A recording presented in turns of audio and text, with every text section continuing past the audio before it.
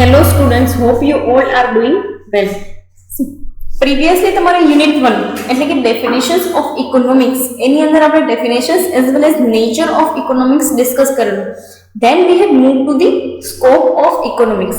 એની અંદર આપણે ત્રણ એલિમેન્ટ્સ જોયેલા. કયા? તો કે consumption, production and exchange activity. બરાબર. ત્રણેય એક્ટિવિટીનું ઇમ્પોર્ટન્સ આપણે સમજી લીધું કે ભાઈ કન્ઝમ્પશન એટલે કે આપણું જે કાંઈ પણ ડેઇલીનું અથવા તો માની લો કે યરલીનું જે કાંઈ પણ વપરાશ છે એનું એક કન્ટ્રીબ્યુશન છે ઇકોનોમીની અંદર. બરાબર. પછી આપણે એક્ટિવિટી ડિસ્કસ કરી હતી કઈ? તો કે પ્રોડક્શન એક્ટિવિટી, કે ભાઈ કોઈ પણ વસ્તુની યુટિલિટી એન્હાન્સ કરવા માટે અને એ વસ્તુનું યુટિલિટીને ડિસ્ટ્રોય કરીને નવી વસ્તુ બનાવવા માટે આપણે પ્રોડક્શન એક્ટિવિટીની જરૂરિયાત છે. ફાઇન. સો એ બંને વસ્તુ ડિસ્કસ કરી હતી. દેન એક્સચેન્જ બી જોયેલું કે why exchange activity is needed.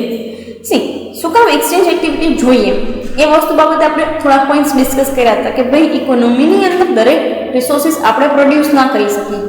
એમાં બી પ્રોફેસર, મેં તમને એક વાત કરેલી કે ભાઈ પ્રોફેસર લિયોનલ રોબિન્સે કીધેલું કે ભાઈ આપણી વોન્ટ્સ અનલિમિટેડ અને રિસોર્સિસ લિમિટેડ, એટલે કે સ્કેર્સ રિસોર્સિસ.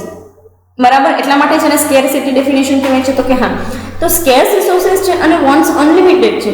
આવા જે છે એ સિનારીઓની અંદર દરેક રિસોર્સિસ આપણે પ્રોડ્યુસ કરી શકીએ નહીં. બરાબર. એના માટે આપણે એગ્રીકલ્ચર સાઇડથી એટલે કે એગ્રીકલ્ચરના આઉટપુટની જરૂર પડશે, ઇન્ડસ્ટ્રીના આઉટપુટની જરૂર પડશે અને મોર ઓર લેસ સર્વિસીસની પણ જરૂર પડશે. આ બંને આઉટપુટને ભેગા કરવા. બરાબર. સો એ કેસની અંદર આપણે એક્સચેન્જ એક્ટિવિટીની જરૂરિયાત છે.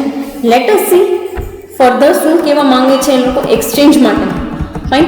સી દરેક અપ્રોચ જે તમને ટ્રેડિશનલની અંદર આપેલા છે અથવા તો એલિમેન્ટ્સ કહી શકાય કે ભાઈ exchange, consumption, production as well as distribution activity અને પબ્લિક ફાઇનાન્સ, આ તમામ જે છે એ વસ્તુ એવું નથી કે ટ્રેડિશનલ અપ્રોચની અંદર હતી તો અત્યારે નથી. બરાબર. This things you can see even in current scenario. બરાબર. બટ કહેવાનો મતલબ એવો છે કે પહેલાં જે વસ્તુ હતી એ પણ અને અત્યારે જે વસ્તુ છે એટલે કે નવા અપ્રોચ પ્રમાણે નવી વસ્તુ એવી છે એ બંને પેરેલલી ચાલે છે અને એક કોઓર્ડિનેશન મેનરની અંદર ચાલે છે.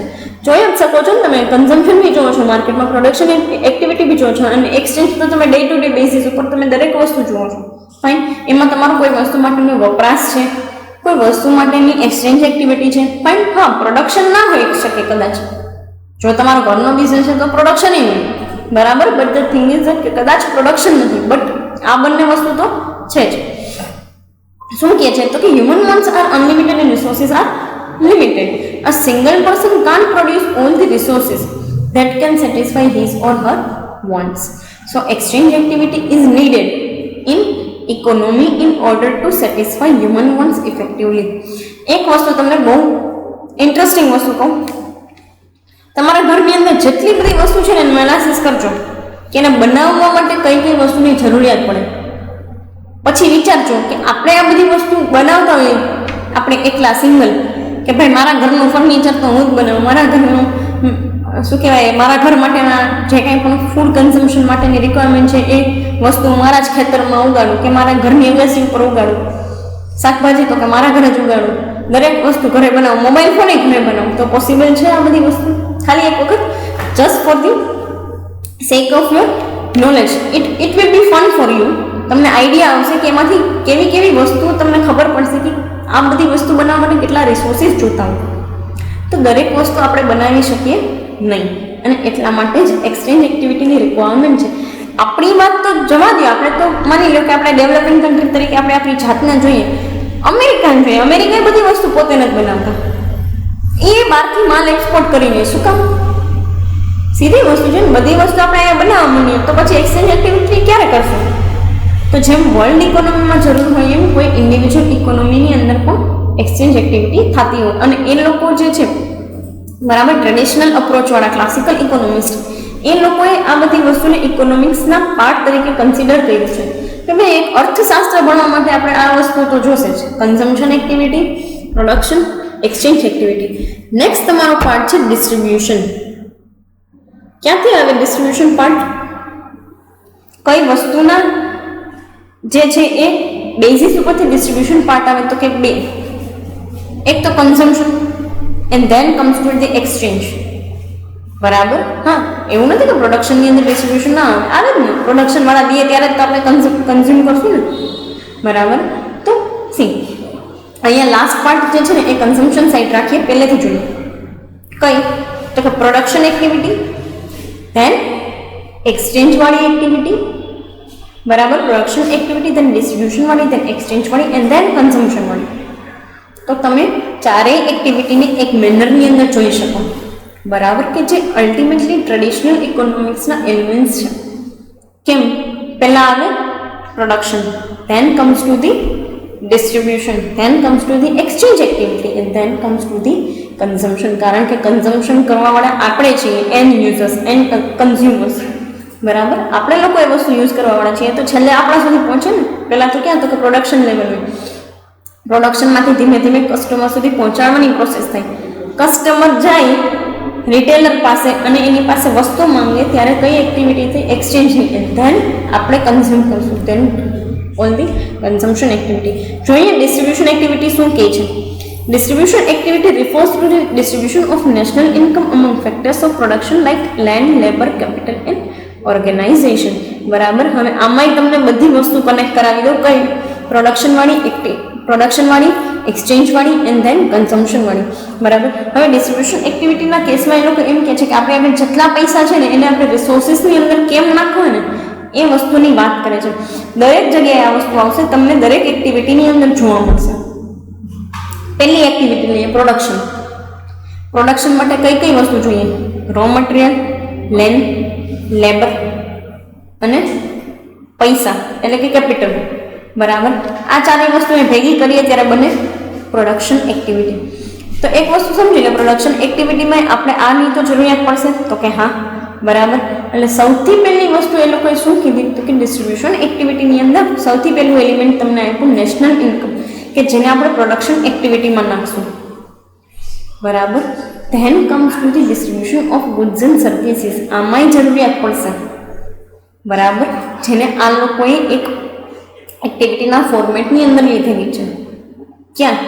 કઈ રીતે? તમને એમ લાગે કે ડિસ્ટ્રીબ્યુશન એક્ટિવિટી કઈ રીતે? મેડમ, તો સિમ્પલી તમે જે ફિનિશ ગુડ્સ બનાવો છો એ તમારે એટલીસ્ટ એ લેવલ સુધી તો પહોંચાડવા જ પડશે કે જ્યાં તમારા કસ્ટમર્સ લોકો સામેથી આવી શકે અને પહોંચી શકે. સો એ એક્ટિવિટી પણ લીધેલી છે. Then comes to exchange activity, જેના માટે આપણી પાસે પૈસા હોવા જરૂરી છે, સામેવાળા પાસે વસ્તુ હોવી જરૂરી છે, બરાબર. તો ફરી પાછી એ એક્ટિવિટી પણ આવી. And then comes two consumption, અને આ કન્ઝમ્પશન માટે આપણી પોતાની સાઈડથી મેં જેમ કીધું એમ પૈસાની જરૂરિયાત પડશે. તો ચારેય એક્ટિવિટીને તમે અલાઇન કરો ને તો ડિસ્ટ્રીબ્યુશનની એક્ટિવિટી ક્યાં આવે છે? તો કે સૌથી મિડલમાં, બરાબર, જેમાં ગુડ્સ અને સર્વિસીસનું ડિસ્ટ્રીબ્યુશન છે. અને જો પહેલેથી જોઈએ તો પૈસાના ડિસ્ટ્રીબ્યુશનની વાત, એટલે કે નેશનલ ઇન્કમની વાત. તો બધી જગ્યાએ જે છે એ આ વસ્તુને કનેક્ટ કરી શકાય છે. નેક્સ્ટ તમને કહે છે કે ડિસ્ટ્રીબ્યુશનના અંદરમાં આપણે કઈ કઈ વસ્તુ ભણશું? તો કે ભાઈ રેન્ટ માટેની થિયરી, વેજીસ અને ઇન્ટરેસ્ટ રેટ, બરાબર. હા, એ વસ્તુ અલગ છે કે તમે માઇક્રો ઇકોનોમિક્સના પાર્ટ તરીકે આ વસ્તુને નહીં ભણો, બરાબર, બટ મેક્રો થિયરીના પાર્ટ તરીકે ભણશો. But this is the all about the distribution activity. Next તમને આપેલી છે foremost and important thing, public finance, બરાબર. તમને એમ લાગે કે ઇકોનોમીની અંદર આ બધી એક્ટિવિટી થાય છે તો મફતમાં થાય છે, ફ્રી ઓફ કોસ્ટ થાય છે, કે ગવર્મેન્ટને આ વસ્તુ માટે કાંઈ પણ રિસોર્સિસ નથી નાખવા પડતા? તો કે દરેક જે છે એ એલિમેન્ટ ઉપર ગવર્મેન્ટ મોનિટરી રિસોર્સિસ નાખે છે. કેવી રીતે? જોઈએ. Public finance simply refers to the governments revenue and expenditure, બરાબર. The revenues collected in the form of taxes and other resources can be utilized for maintaining state, બરાબર. કહેવાનો મતલબ એ છે કે તમે આ જેટલી બી એક્ટિવિટીઝ જુઓ છો માર્કેટની અંદર, તમને શું લાગે છે કે પ્રોડક્શન એક્ટિવિટી માટે દરેક લોકો એવા પૈસાદાર હોય કે કરોડ રૂપિયા કે લાખની અંદર પૈસા નાખી શકે? ના. એના માટે ગવર્મેન્ટનો સપોર્ટ છે ને, ઇન્ડસ્ટ્રીયલ પોલિસી જે છે એના સ્વરૂપે અથવા તો લોનના સ્વરૂપે, બરાબર. પછી આવે કન્ઝમ્પશન માટે તમે જે રો મટીરિયલ લઈ આવતા હશો, એનહાન્સિંગ the utility, A utility enhance કરવા માટે રો મટીરિયલ લઈ આવો છો, તો રો મટીરિયલ કંઈ મફત ના આવે ક્યાંયથી, તો એની અંદર બી ગવર્મેન્ટ તમને સપોર્ટ કરે છે કે કાંઈ વાંધો નહીં, તમે બીજા કન્ટ્રીમાંથી ઇમ્પોર્ટ કરો, અમે તમને ઇમ્પોર્ટ કરવા દેશું. તો ત્યાં બી ગવર્મેન્ટ જે છે એની એક તમને સપોર્ટ મળી રહે છે. Fine. Then comes to the distribution activities, જેમાં તમે ગવર્મેન્ટની દરેક ઇન્ફ્રાસ્ટ્રક્ચરલ ફેસિલિટીઝને યુઝ કરો છો. બરાબર. ટ્રાન્સપોર્ટેશન ફેસિલિટી, કમ્યુનિકેશન ફેસિલિટી, એક જગ્યાએથી બીજી જગ્યાએ પહોંચાડવા માટે. Right. So that activity and then comes to the last thing, એટલે કઈ તો કે તમારી પબ્લિક ફાઇનાન્સ. હવે તમને એવું લાગે કે મેડમ આ બધી એક્ટિવિટી તો બધા બિઝનેસ કરતા હોય, તો આમાં ગવર્મેન્ટનો શું રોલ? તો તમને શું લાગે છે કે ગવર્મેન્ટ આ જેટલી પણ પબ્લિક એક્સપેન્ડિચર કરે છે મફતમાં થાય છે? આપણા માટે હેલ્થ સેન્ટર બનાવવા, પ્રાઇમરી જે છે એ સ્કૂલ્સ બનાવી, કોલેજીસ બનાવી, government colleges as well as high schools બનાવી, એજ્યુકેશનલ ઇન્સ્ટિટ્યુશન, રિસર્ચ માટેના અમુક ઇન્સ્ટિટ્યુશન્સ બનાવવા, કે ટ્રાન્સપોર્ટેશન ફેસિલિટી પ્રોવાઈડ કરવી, અધર દેન દેટ કમ્યુનિકેશન ફેસિલિટી પ્રોવાઈડ કરવી, એના માટે ગવર્મેન્ટને દરેક જગ્યાએ એક્સપેન્સીસ લાગતા હોય. હવે એક વસ્તુ તમને કહી દઉં કે મેક્રો ઇકોનોમિક્સની અંદર તમે આગળ જઈને જેટલી પણ પોલિસીસ ભણશો ને એ આ પબ્લિક ફાઇનાન્સ જે છે એની સાથે રિલેટેડ છે અને કનેક્ટેડ છે. જેમાં તમે ગવર્મેન્ટને આવતી રેવન્યુ એટલે કે ટેક્સ અને એક્સપોર્ટની ઇન્કમ જે કાંઈ પણ જનરેટ થતી હોય એ, અને ગવર્મેન્ટનો એક્સપેન્ડિચર એટલે કે આપણા માટે હેલ્થ સેન્ટરને, કોલેજીસને, ટ્રાન્સપોર્ટેશન ફેસિલિટી, કમ્યુનિકેશન ફેસિલિટી બનાવવા માટે જે કાંઈ પણ પૈસા લાગતા હોય ને ગવર્મેન્ટને, એ ગવર્મેન્ટનું એક્સપેન્ડિચર. આ તમામ વસ્તુ જે છે એ આપણે જોશું. ફાઇન. સો એ મેનરની અંદર તમને પબ્લિક ફાઇનાન્સ આપેલું છે.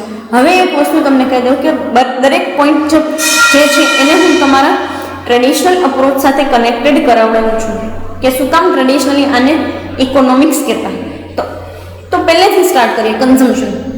અત્યારે તમે કન્ઝમ્પશન જોવો છો માર્કેટમાં? તો કે હા.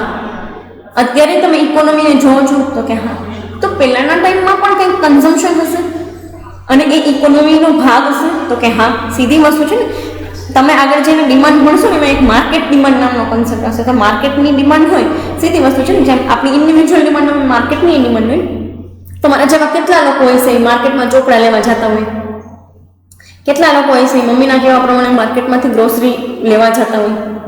તો સીધી વસ્તુ છે, આ માર્કેટની અંદર કન્ઝમ્પશન આપણે એકલાથી નથી બનતું, બટ કોનાથી બને છે?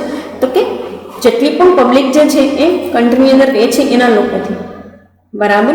તો સિમ્પલી તમે એ વેની અંદર જોવા જાઓ તો કન્ઝમ્પશન માર્કેટ સાઇડથી. Then comes to activity of production activity પણ માર્કેટની સાઇડથી જ હોય. આટલા બધા બિઝનેસીસ જ્યારે છે ને કન્ટ્રીની અંદર, ત્યારે આપણે કન્ટ્રીના લોકોની ડિમાન્ડને ફૂલફિલ કરી શકીએ છીએ. બરાબર. Then comes to exchange activity, જે તમે ડે ટુ ડે બેસિસ ઉપર કરો છો. કારણ કે હવે તો બાર્ટર સિસ્ટમ ચાલે નહીં, એટલે આપણે એના બદલે શું રાખ્યું છે? તો કે ગુડ્સ અને સર્વિસીસના બદલામાં પૈસા. બરાબર. તો એ પૈસા આવે છે ઇકોનોમીમાં, ત્યારે આ ઇકોનોમિક ટ્રાન્ઝેક્શન થાય છે. Fine. Then comes to distribution. દરેક વસ્તુ એટલે કે નેશનલ ઇન્કમનું ડિસ્ટ્રીબ્યુશન અને જેટલા બી રિસોર્સિસ છે એનું પણ ડિસ્ટ્રીબ્યુશન. આ બંને વસ્તુ ભેગી થાય ત્યારે જ પ્રોડક્શન એક્ટિવિટી થાય. તો એ બી જરૂરી છે ઇકોનોમીની અંદર? તો કે હા. Then comes to public finance. સૌથી last and foremost important thing, કારણ કે પબ્લિક ફાઇનાન્સ વગર તો બધું ઠપ થઈ જાય. Fine. So this is the thing. અને એટલા માટે આ 5 વસ્તુને ટ્રેડિશનલી જે છે ને એ ઇકોનોમિક્સ ગણતા. તો હવે કોને ઇકોનોમિક્સ ગણે છે? આને જ ઇકોનોમિક્સ ગણે છે, પણ આને 2 ભાગમાં વેચી નાખ્યું.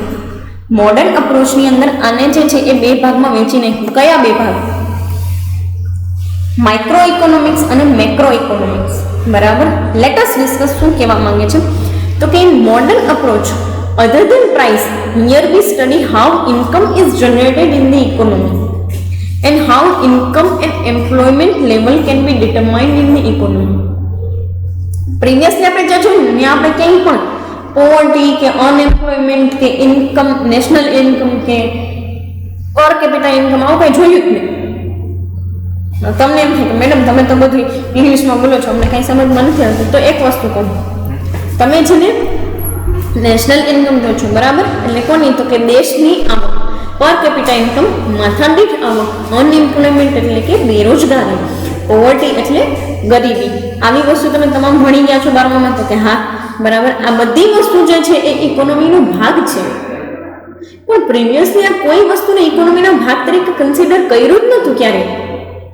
બરાબર. તો એ બી એક વસ્તુ છે કે મોડર્ન અપ્રોચની અંદર આ તમામ વસ્તુને લેવામાં આવી. નેક્સ્ટ એ છે કે under this we also study the factor that determine national income, savings rate, investment rate, total output and employment level of an economy. હવે કેવા શું માંગે છે એ પોઈન્ટની અંદર તો કે કોઈ પણ એક ઇકોનોમીની અંદર દેશની આવક, નેશનલ ઇન્કમ, પર કેપિટા એટલે કે માથાદીઠ આવક, બેરોજગારી અથવા તો રોજગારીનું લેવલ, ઇન્વેસ્ટમેન્ટ એટલે રોકાણ કેટલું છે, સેવિંગ્સ તો બચત કેટલી છે, અને ટોટલ આઉટપુટ કે આખે આખું કન્ટ્રીની અંદર ટોટલ કેટલું પ્રોડક્શન થાય છે દરેક વસ્તુ, ગુડ્સ અથવા તો સર્વિસીસની. ફાઇન. આ વસ્તુ આપણે મોડર્ન અપ્રોચની અંદર સ્ટડી કરશું. હવે જોઈએ મોડર્ન અપ્રોચમાં શું કહેવા માંગે છે. Micro economics. તમને ક્વેશ્ચન થાય કે મેડમ માઇક્રો ઇકોનોમિક્સ, માઇક્રો એટલે શું? માઇક્રો એટલે નાનામાં નાનું. આ વસ્તુ તમે સમજી ગયા છો? માઇક્રો એલિમેન્ટ, બરાબર, નાનામાં નાનું અણુ જેને તમે વિજ્ઞાનની અંદર માઇક્રો કહેતા, બરાબર, એ જ વસ્તુને આ લોકોએ કીધું છે. એટલે શું તો કે નાનામાં નાની જગ્યાએથી આપણે ઉપર સુધી જે સ્ટડી કરીએ છીએ એને ઇકોનોમિક્સ કહીએ છીએ. માઇક્રોની અંદર આપણે એક વ્યક્તિનો બિહેવિયર અથવા તો કોઈ સિચ્યુએશનની અંદર એક બિઝનેસનો બિહેવિયર છે ને અને એના બિહેવિયરને લાગુ પડતી વસ્તુ છે ને એ આપણે સ્ટડી કરીએ છીએ. શેમાં તો કે માઇક્રો ઇકોનોમિક્સમાં. એટલે તમે આની અંદર કઈ વસ્તુ સ્ટડી કરશો તો કે બિઝનેસને રિલેટેડ, બરાબર. અર્થતંત્રની કાંઈ આપણે વાત કરશું નહીં કે જેને મેક્રો ઇકોનોમિક્સ કહીએ છીએ. તો જો શું કહે છે તો કે the part of economics which studies the subject matter of individual unit is known as micro economics. બરાબર. એક વ્યક્તિગત રીતે અથવા તો એક વ્યક્તિગત જે છે એ બિઝનેસનું તમે એક ઇન્ડિવિજ્યુઅલ બિઝનેસનું જોવો છો, બરાબર, એને તમે શું કહો છો તો કે માઇક્રો ઇકોનોમિક્સ. મેક્રો કોને કહેવાય તો કે અર્થતંત્રને સ્ટડી કરીએ ને એને મેક્રો કહેવાય, બરાબર. હવે શું કહે છે કે it studies the behaviour of consumer, household, firm and industry, બરાબર. એટલે કોનો બિહેવિયર જોવે તો કે એક ઇન્ડિવિજ્યુઅલ કન્ઝ્યુમર એટલે મારો, હાઉસહોલ્ડ એટલે તમારું ઘર, બરાબર, ફર્મ એટલે કે એક બિઝનેસ, અને ઇન્ડસ્ટ્રી એટલે કોણ તો કે બિઝનેસીસથી બનેલી ઇન્ડસ્ટ્રી, બરાબર. ઇન્ડસ્ટ્રી કોને કહેવાય તો કે એક જ પ્રકારની પ્રોડક્ટ બનાવતી જેટલા પણ કંપની હોય ને એ જે જગ્યાએ ઓપરેટ થાય ને એને ઇન્ડસ્ટ્રી કહેવાય, બરાબર. એટલે તમે આ જે કંઈ પણ નામ સાંભળો છો ને કે ભાઈ ફલાણી ઇન્ડસ્ટ્રી ને ઓલી ઇન્ડસ્ટ્રી, એ ઇન્ડસ્ટ્રી નથી હકીકતમાં, એને ઇન્ડસ્ટ્રી ન કહેવાય. એ તો એ લોકો એને ઇન્ડસ્ટ્રી કહે છે એ અલગ વસ્તુ છે. ઇન્ડસ્ટ્રી કોને કહેવાય તમારી કન્ફ્યુઝન આખી દૂર કરી દો. ઇન્ડસ્ટ્રી જે છે એ સિમ્પલી એક જ પ્રકારની વસ્તુ બનાવતા નાના બિઝનેસથી જે બને ને એને ઇન્ડસ્ટ્રી કહેવાય, બરાબર. તો શું કહે છે તો કે એક ઇન્ડિવિજ્યુઅલ કસ્ટમર, એક ઘર એટલે કે હાઉસહોલ્ડ, એક બિઝનેસ એટલે કે ફર્મ, અને then comes to the industry એટલે કે આખી ઇન્ડસ્ટ્રીને સ્ટડી કરે ને એને માઇક્રો ઇકોનોમિક્સ કહેવાય.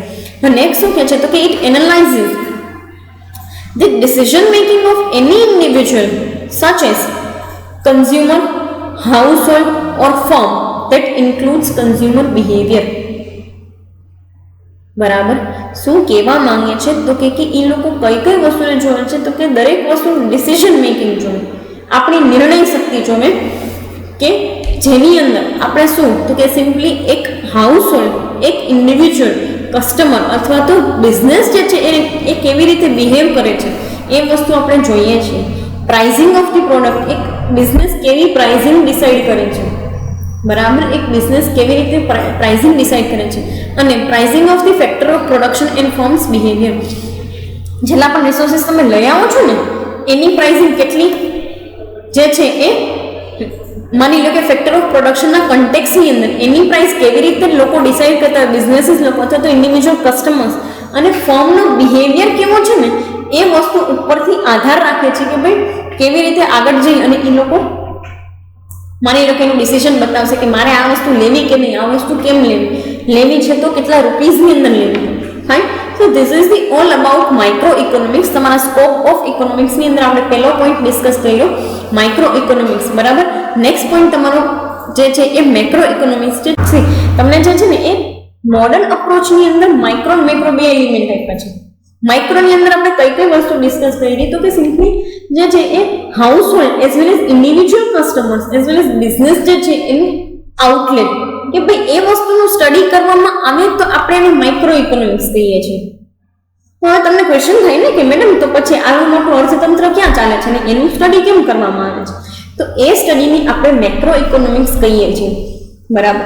તમે અત્યારે જે છે ને એ માઇક્રો ઇકોનોમિક્સ સ્ટડી કરો છો તમારા કોર્સ કન્ટેન્ટની અંદર. નેક્સ્ટ પાર્ટ જ્યારે આવશે ને ત્યારે તમે મેક્રો સ્ટડી કરશો, બરાબર. હું તમને એ બી વસ્તુ કહેતી જઈશ જેમ જેમ આપણે ડિમાન્ડની થિયરી, સપ્લાયની થિયરી ભણશું ને ત્યારે આપણે ડિસ્કસ કરશું કે ભાઈ આ વસ્તુ જે છે એ ક્યાં કામ લાગે મેક્રોની અંદર. કેમ કે તમને આઈડિયા તો આવવો જોઈએ ને કે આટલું બધું માઇક્રો સ્ટડી કરવાનો મતલબ શું. જો આપણને મેક્રોની અંદર ક્યાંય કામ નથી આવતું તો આપણે એ બધી વસ્તુ બી જોશું કે ભાઈ માઇક્રોમાં આ સ્ટડી મેક્રોમાં ક્યાં કામ લાગશે. So let us discuss the macro. Macaroni અંદર શું કહેવા માંગે છે તો કે part of the economics which studies the entire economy instead of individual units is known as the macro economics. બરાબર. એક નાની નાની વસ્તુ ડિમાન્ડ સપ્લાય આ છે તે છે, ઇન્ડિવિજ્યુઅલનો બિહેવિયર, એનું માર્જિનલ સેટિસ્ફેક્શન, એની માર્જિનલ યુટિલિટી કે એનું ઇન્ટરેસ્ટ રેટ, એનું સેવિંગ્સ, એના કરતા એક આખી ઇકોનોમી જે છે, બરાબર, એને તમે આખી સ્ટડી કરો છો તો that is known as the macro economics. દરેક વસ્તુનું ઇમ્પોર્ટન્સ છે મેક્રો ઇકોનોમિક્સની અંદર. જોઈએ આપણે, હું તમને કહેતી જાઉં કે કઈ વસ્તુ જે છે એ આપણે માઇક્રોની મેક્રોમાં યુઝ થાય, બરાબર. It studies the distribution of national income. તો નેશનલ ઇન્કમ જે છે એનો મિનિંગ જ એવો થાય કે કન્ટ્રીનું પ્રોડક્શન, જેને તમે જીડીપી કહો છો, ગ્રોસ ડોમેસ્ટિક પ્રોડક્શન. તો કન્ટ્રીનું પ્રોડક્શન, તો અહીંયા આવી ગયું કન્ઝમ્પશન. તો કે હા, બરાબર. માઇક્રો સેન્સમાં જોવા જાય તો કન્ઝમ્પશન આવી ગયું, કન્ટ્રીનું ટોટલ આઉટપુટ, બરાબર. તો અહીંયા તમને કનેક્ટ થાય છે હવે મેક્રો સાથે. તો કે હા, નેશનલ ઇન્કમ એટલે શું? તો કે ટોટલ આઉટપુટ. ધેન તમને કહે છે ટોટલ પ્રોડક્શન, બરાબર. કેટલા પ્રમાણમાં તમે રો મટીરિયલને લઈ આવી અને પ્રોડક્શન કરો છો, એ વસ્તુ જે છે એ મેક્રોનો પાર્ટ છે. કેમ કે આપણે કન્સિડર તો કરવું પડે ને કે નેટ નેશનલ ઇન્કમ કેવી રીતે બને છે, બરાબર. તો total production, then comes to level of output. એટલે આ વસ્તુ મેક્રોની છે. જ્યારે આપણે દરેક ઇન્ડસ્ટ્રીનું આઉટપુટ જોઈએ ને કે ભાઈ અત્યારે આ ઇન્ડસ્ટ્રી જે છે એ આટલી વસ્તુઓ બનાવે છે, ઓલી ઇન્ડસ્ટ્રી આટલી વસ્તુઓ બનાવે છે, ફલાણી industry, ceramic industry, steel industry, iron industry. તો બધા લોકો અલગ અલગ પ્રોડક્શન છે ને, અલગ અલગ વસ્તુનું પ્રોડક્શન કરતા હોય. અને આ પ્રોડક્શન જે છે ને એ સિમ્પલર મેનરની અંદર તમે જુઓ ને તો કેવા વેની અંદર હોય, તો કે સિમ્પલી જે મેનરની અંદર તમે જુઓ છો આ વસ્તુને, તો કે દરેક ઇન્ડસ્ટ્રીનું એક આઉટપુટ હોય અને આ આઉટપુટ બનીને ટોટલ આઉટપુટ બને, બરાબર. જેમ કેમ આજે તમે એક બુક પૂરી કરી, પછી બીજા દિવસે બીજી બુક પૂરી કરી, ત્યારે તમારા આખા બધા સબ્જેક્ટના અસાઇનમેન્ટ બનશે. તો કે હા, તો એ જ મહેનતથી એક ઇન્ડસ્ટ્રીનું, બીજી ઇન્ડસ્ટ્રીનું, ત્રીજી ઇન્ડસ્ટ્રીનું બધા આઉટપુટ ભેગા કરી અને ટોટલ આઉટપુટ બને, ટોટલ જે છે એ લેવલ બને output. Then comes to total consumption. Output આખી અલગ વસ્તુ છે, કન્ઝમ્પશન આખી અલગ વસ્તુ છે. કેમ કે બનાવતા તો આ લોકો શું બલ્કમાં બધી વસ્તુ હોય કોઈ બી કંપની, પણ બધી વસ્તુ યુઝ થતી હોય જરૂરી નથી. હું તો તમને એક બહુ સીધું સાદું એક્ઝામ્પલ આપું. તમારા ઘરની અંદર છે ને એવી વસ્તુઓ તમે જોજો કે જેમાં છે ને તમે એ વસ્તુને યુઝ જ ન કરતા, અથવા તો કે કેટલાય દિવસથી એકને એક જગ્યાએ પડી રહી. તો આ શું થયું? કન્ઝમ્પશનની અંદર ઘટાડો આવી ગયો. સિમ્પલ આવી ઘણી બધી વસ્તુ હોય જેમાં તમે કન્ઝમ્પશનની અંદર ઘટાડો કરતા હોય. ફાઇન.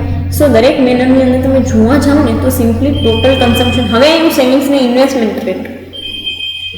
કેવી રીતે સેવિંગ્સ અને ઇન્વેસ્ટમેન્ટ, તમારી બચત, મારી બચત, પ્રાઇવેટ સેક્ટરના બિઝનેસની બચત, પબ્લિક સેક્ટરના બિઝનેસની બચત, આ બધી બચત ભેગી થાય ને ત્યારે ઇકોનોમીની સેવિંગ્સ બને.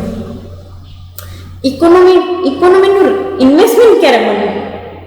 તો કે તમારું ઇન્વેસ્ટમેન્ટ, તમે ક્યાંય રોકાણ કર્યું છે, તમારા પપ્પાએ ક્યાંય રોકાણ કર્યું છે, કે તમારા મમ્મીના ખાતામાંથી તમે ક્યાંય રોકાણ કર્યું છે, તો જ્યારે પણ આવું બધી જગ્યાનું રોકાણ બનશે ને that is known as investment rate. રોકાણ બે પ્રકારનું હોય. એક કોઈક બીજાના બિઝનેસની અંદર રોકાણ કરો છો ને એક તમારા બિઝનેસમાં રોકાણ કરો છો, જેને તમે કેપિટલ કહો છો, મૂડી. બરોબર. મૂડી શું છે? તો કે તમારા બિઝનેસની અંદર રોકાણ, અને બાકીના ઇન્વેસ્ટમેન્ટ આપણે બીજા બિઝનેસમાં કરતા હોય, જેને તમે શેર માર્કેટના ઇન્વેસ્ટમેન્ટ કહો છો. ફાઇન. નેક્સ્ટ પાર્ટ તમને શું આપેલું છે? તો કે it analyses whole economic environment where consumers, firms, household and governments make decision. આવી ગયું માઇક્રોનો ભાગ મેક્રોમાં? તો કે હા. કયું? તો કે આખું મેક્રો જે છે ને આખે આખું ઇકોનોમીનું એનાલિસિસ કરે છે. કયા મેનરની અંદર? કન્ઝ્યુમર્સ એટલે આપણે, ફર્મ એક બિઝનેસ, હાઉસ હોલ્ડ આપણું આખું ઘર, આપણા આખા ઘરની ડિમાન્ડ, આપણા આખા ઘરનો સપ્લાય, બરાબર. ધેન કમ્સ ટુ ગવર્મેન્ટ એટલે કે સૌથી લાસ્ટમાં જે સૌથી ડિસિઝન મેકિંગ પાવર કોઈ નાખવાનું તો સરકાર. આ બધા ભેગા થઈને શું બનાવે? ઇકોનોમી, બરાબર. તો મોટો ભાગ કયો છે? મેક્રોનો. એની અંદરમાં કોણ આવે છે? માઇક્રો, બરાબર. આ મેક્રો ને માઇક્રોની અંદર આપણે બધા જે છે ને ટ્રેડિશનલ એલિમેન્ટ ડિસ્કસ કરી લીધા. એક વસ્તુ તમને કહું છું, અહીંયા તમારું પહેલું યુનિટ આખું પૂરું થાય છે, ડેફિનેશન્સ ઓફ ઇકોનોમિક્સ, જેમાં આપણે 3 ડેફિનેશન જોઈએ, ક્લાસિકલ, નિયો ક્લાસિકલ ને સ્કેરસિટી. પછી જોયું કઈ? તો કે સિમ્પલી નેચર ઓફ ઇકોનોમિક્સ. ધેન આપણે જોયું સ્કોપ ઓફ ઇકોનોમિક્સ, બરાબર. આ તમારા બહુ બેસિક્સ છે, તમને ઇકોનોમીને અન્ડરસ્ટેન્ડ કરવા માટે બેસિક્સ છે. તમારું સેકન્ડ યુનિટ છે ને એની અંદર 2 ચેપ્ટર છે. સેકન્ડ યુનિટનું નામ છે theories of demand and supply. પહેલો પાર્ટ ભણશું થિયરીઝ ઓફ ડિમાન્ડ અને બીજો પાર્ટ ભણશું થિયરીઝ ઓફ સપ્લાય, બરાબર. અત્યારે જે છે એ અહીંયા સુધી રાખીએ. દરેક પ્રેક્ટિકલ એક્ટિવિટી એક વખત ઘરે કરજો. It will be fun element for you. Fine. Thank you so much.